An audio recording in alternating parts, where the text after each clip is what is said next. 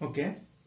Here, differences between metallic conductors are and electrolytic conductors. Okay. Separate ಪಡ್ಕೊಂಡಿದ್ದೀನಿ metallic conductor, another one electrolytic conductor. First one, the conductivity is due to movement of electrons. Metal, it will allows the passage of electric current due to movement of electrons. Okay, that's why we indicate as a metallic conductor. Electrolytic conductor andre the conductivity is due to movement of ions. Electrolytic solution ತಗೊಂಡಿರ್ತೀವಲ್ಲ ಅಲ್ಲಿ ಏನಾಗ್ತಾ ಇದೆ, it conducts electricity due to movement of ions. ಅಲ್ಲಿ ion move ಆಗ್ತದೆ electrolytic solution ಅಲ್ಲಿ. Okay, that's Y ಇಲ್ಲಿ ions ಆಗಿರುತ್ತೆ, ಇಲ್ಲಿ electrons ಆಗಿರುತ್ತೆ ಮೆಟಲ್ ಅಲ್ಲಿ. Okay, second one, they conduct electricity in solid state.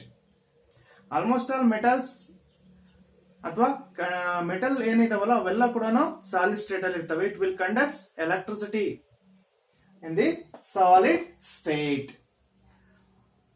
They conduct electricity in fused state or solution state. Example, sodium chloride ಅನ್ನು ನೀವು water ಒಳಗಡೆ ಹಾಕ್ತೀರಾ. ಆ ವಾಟರ್ ಒಳಗಡೆ ಹಾಕಕ್ಕಿಂತ ಮುಂಚೆ ಅಲ್ಲಿ ಏನಿಲ್ಲ, ಪ್ಯೂರ್ ವಾಟರ್ ಇದೆ. ಓಕೆ, ಆಗ ಕಂಡಕ್ಟಿವಿಟಿ ಏನಾಗ್ತಾ ಇರುತ್ತೆ, ಪೂರ್ತಿ ಕಡಿಮೆ ಇರುತ್ತೆ. ಯಾವಾಗ ನೀವು ಎಲೆಕ್ಟ್ರೋಲೈಟ್ಸ್ ಅನ್ನ ಆಡ್ ಮಾಡ್ತೀರಾ, ಆಡ್ ಮಾಡಿದಾಗ ಕಂಡಕ್ಟಿವಿಟಿ ಏನಾಗುತ್ತೆ, ಇನ್ಕ್ರೀಸ್ ಆಗುತ್ತೆ. ಎಕ್ಸಾಂಪಲ್, ಪ್ಯೂರ್ ವಾಟರ್ ತಗೊಂಡಿದ್ದೀರಾ, ಅಲ್ಲಿ conductivity is very low. You add some electrolytes, sodium chloride add ಮಾಡ್ತೀರಾ, ಅವಾಗ ಏನಾಗ್ತಾ ಹೋಗುತ್ತೆ, ಕಂಡಕ್ಟಿವಿಟಿ ಇನ್ಕ್ರೀಸ್ ಆಗ್ತಾ ಹೋಗುತ್ತೆ ಇನ್ ಸೊಲ್ಯೂಷನ್ ಸ್ಟೇಟ್ ಅಲ್ಲಿ.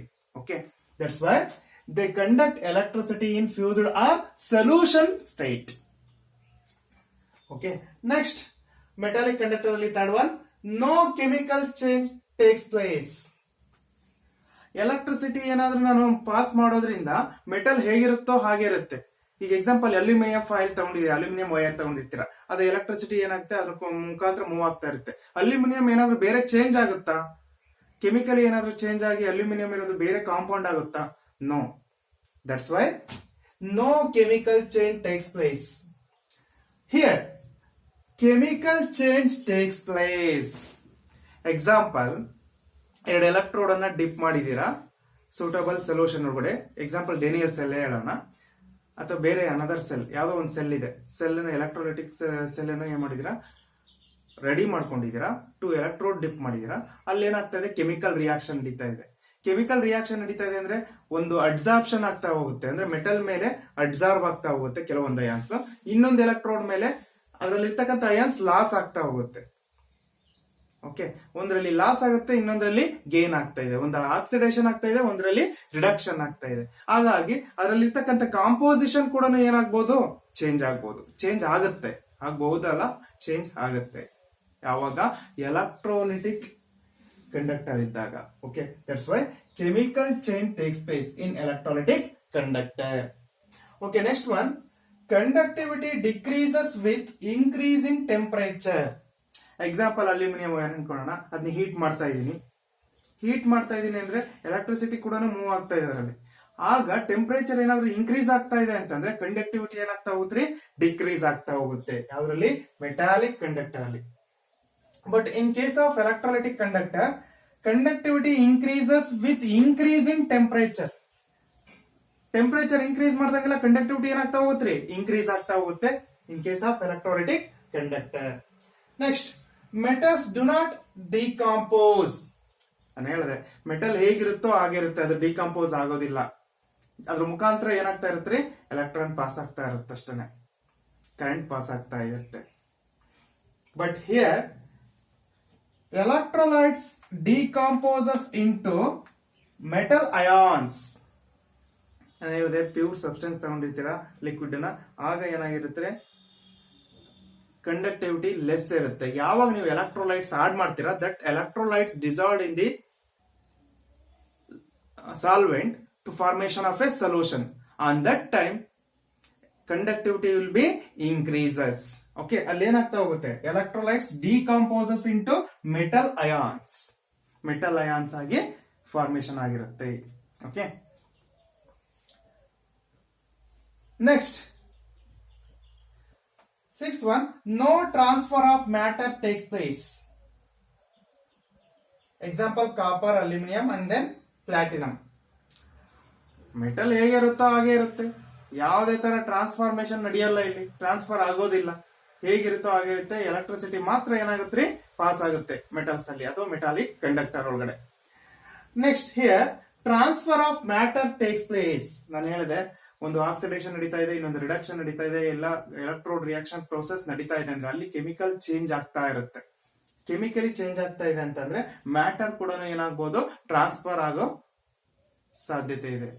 Okay, that's why example HCl, NaOH and then et cetera.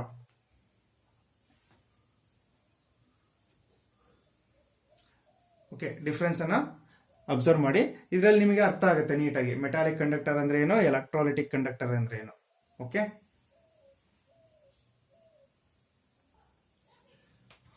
Next ಕೆಲವೊಂದು ಡೆಫಿನೇಷನ್ ಇದೆ. ಇನ್ಸುಲೇಟರ್ ಅಂದ್ರೆ ಏನು, electrolytes, non electrolytes, types of electrolytes. Okay, first one, insulators, the substance which do not allow the passage of electric current through them are called insulator. Example, rubber, wood, plastic, wax. ನೋಡಿ, example plastic ತಗೊಳ್ಳೋಣ. Plastic ಮುಖಾಂತರ ಏನಾದ್ರೂ electricity pass ಆಗುತ್ತೇನ್ರಿ? No, pass ಆಗೋದಿಲ್ಲ, ಹೌದಲ್ವಾ? That's why we indicate as an electric insulator ಅಂತ indicate ಮಾಡ್ತೀವಿ. Okay, ಅಂದ್ರೆ ಯಾವುದು ಎಲೆಕ್ಟ್ರಿಸಿಟಿನ ಅಲೋ ಮಾಡಲ್ವೋ ಅದೆಲ್ಲ ಕೂಡ insulator. Next, electrolytes. An electrolyte is a substance which conducts electricity either in fused or molten state or in solution state, and it decomposes on passing electricity. Example, electrolyte NaCl ತಗೊಳ್ಳೋಣ. NaCl ನಾನು ಏನ್ ಮಾಡ್ತೀನಿ, pure water ಒಳಗಡೆ ಹಾಕ್ತೀನಿ. ಆದ ತಕ್ಷಣ ಏನಾಗುತ್ತೆ, Na+ and then Cl- ಅಯೋನೈಸ್ ಆಗ್ಬಿಡುತ್ತೆ. ಆಗ ನಾನು ಏನಾದ್ರೂ ಎಲೆಕ್ಟ್ರಿಸಿಟಿ ಪಾಸ್ ಮಾಡಿದ್ರೆ it conduct electricity easily in ionic state. Okay, and also fused state ಅಲ್ಲೂ ಕೂಡ ಆರ್ ಮಾಲ್ಟನ್ ಸ್ಟೇಟ್ ಅಲ್ಲಿ ಕೂಡ ಇಟ್ ಕಂಡಕ್ಟ್ ಎಲೆಕ್ಟ್ರಿಸಿಟಿ. ಎಲೆಕ್ಟ್ರೋಲೈಟ್ ಯಾವುದು? Sodium chloride. ನಾನು ಆಡ್ ಮಾಡ್ತಕ್ಕಂಥದ್ದು ಸೋಡಿಯಂ ಕ್ಲೋರೈಡ್ ನ ವಾಟರ್ ಒಳಗಡೆ ಆಡ್ ಮಾಡ್ತೀನಿ. ಆಡ್ ಮಾಡೋಕ್ಕಿಂತ ಮುಂಚೆ ಏನಿರುತ್ತೆ ಅದು ಕೂಡ it will conduct electricity. When those NaCl ionized in water, that solution also conduct electricity. That's why electrolyte is a substance which conduct electricity either in fused or molten state or in solution state. Solution state alladru conduct ಮಾಡುತ್ತೆ, or molten or fused state alladru ಕೂಡ conduct ಮಾಡುತ್ತೆ. And it decomposes. Decompose ಅಂದ್ರೆ ಅದು break ಆಗ್ತಾ ಹೋಗುತ್ತೆ ಅಥವಾ ion formation ಆಗುತ್ತೆ on passing electricity. Okay, example, HCl, NaOH and then NaCl, etc. Next, non-electrolytes andre yavadu? A substances which do not conduct electricity either in molten state or in solution state are called non-electrolytes. Non-electrolyte ಅಂದ್ರೆ ಅದು ಎಲೆಕ್ಟ್ರಿಸಿಟಿನ conduct ಮಾಡಲ್ಲ, either in molten state or in solution state. Example, ethyl alcohol, benzene, glucose, urea and sugar. ಇಷ್ಟು ಕೂಡ ನೀವು liquid form ಅಲ್ಲಿ ಇದ್ರೂ ಕೂಡ ಏನಾಗುತ್ತೆ, they are not conduct electricity. But ಇದ್ರ ಜೊತೆ ನಾನು ಏನಾದ್ರೂ ಬೇರೆ ಎಲೆಕ್ಟ್ರೋಲೈಟ್ ಮಿಕ್ಸ್ ಮಾಡಿದಾಗ ಏನಾಗಬಹುದು, ಕಂಡಕ್ಟ್ ಮಾಡಬಹುದೇ ಹೊರತು, but these are not conduct electricity either in fused state or in solution state. That's why we indicate as a non-electrolyte. This is the difference between the electrolytes and then non-electrolytes also. Next, types of electrolytes. Two types of electrolytes ide. Electrolyte ಅಂದ್ರೆ ಏನ್ ಮಾಡುತ್ತೆ, it will conduct electricity. ಅದರಲ್ಲಿ 2 type ಇದೆ. ಯಾವುದು? Strong electrolyte, another one is weak electrolytes.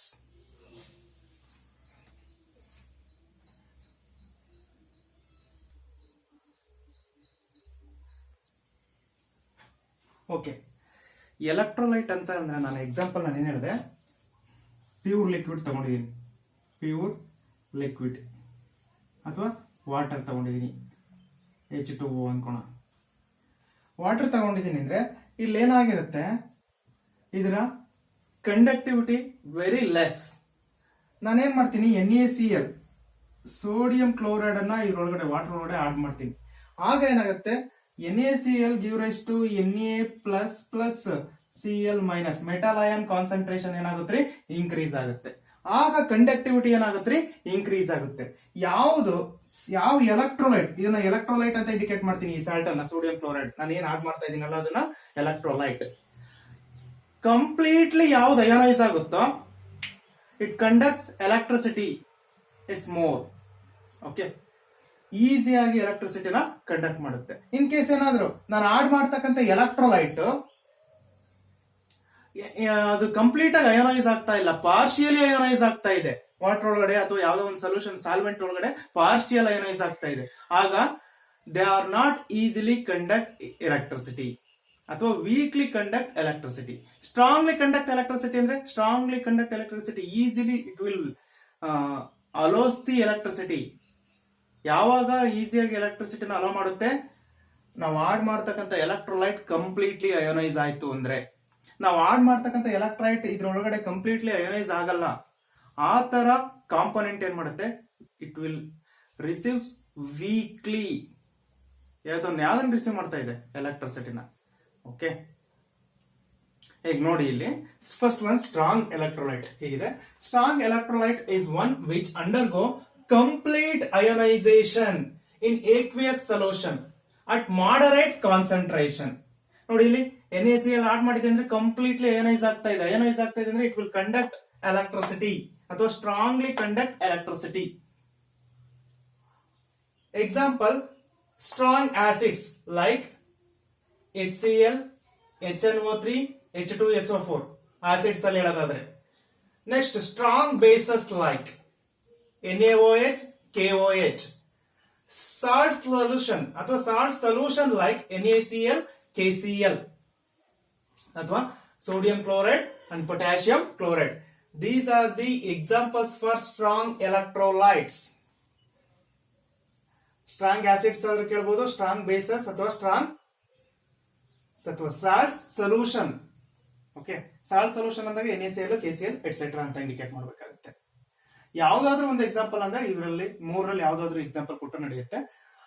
Particular ಆಗಿ strong basis ಅಂತ ಕೇಳಿದ್ರೆ ಇದನ್ನೇ ಬರಬೇಕು. ಸ್ಟ್ರಾಂಗ್ ಆಸಿಡ್ಸ್ ಅಂದ್ರೆ ಇದೆ.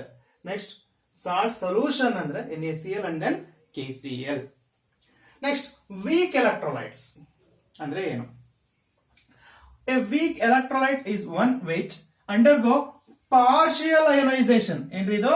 Partial ionization in aqueous solution at moderate concentration. It's called weak electrolyte.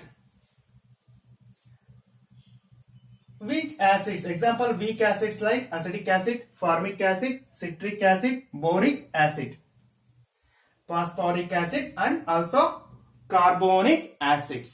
These are partial ionization in aqueous solution.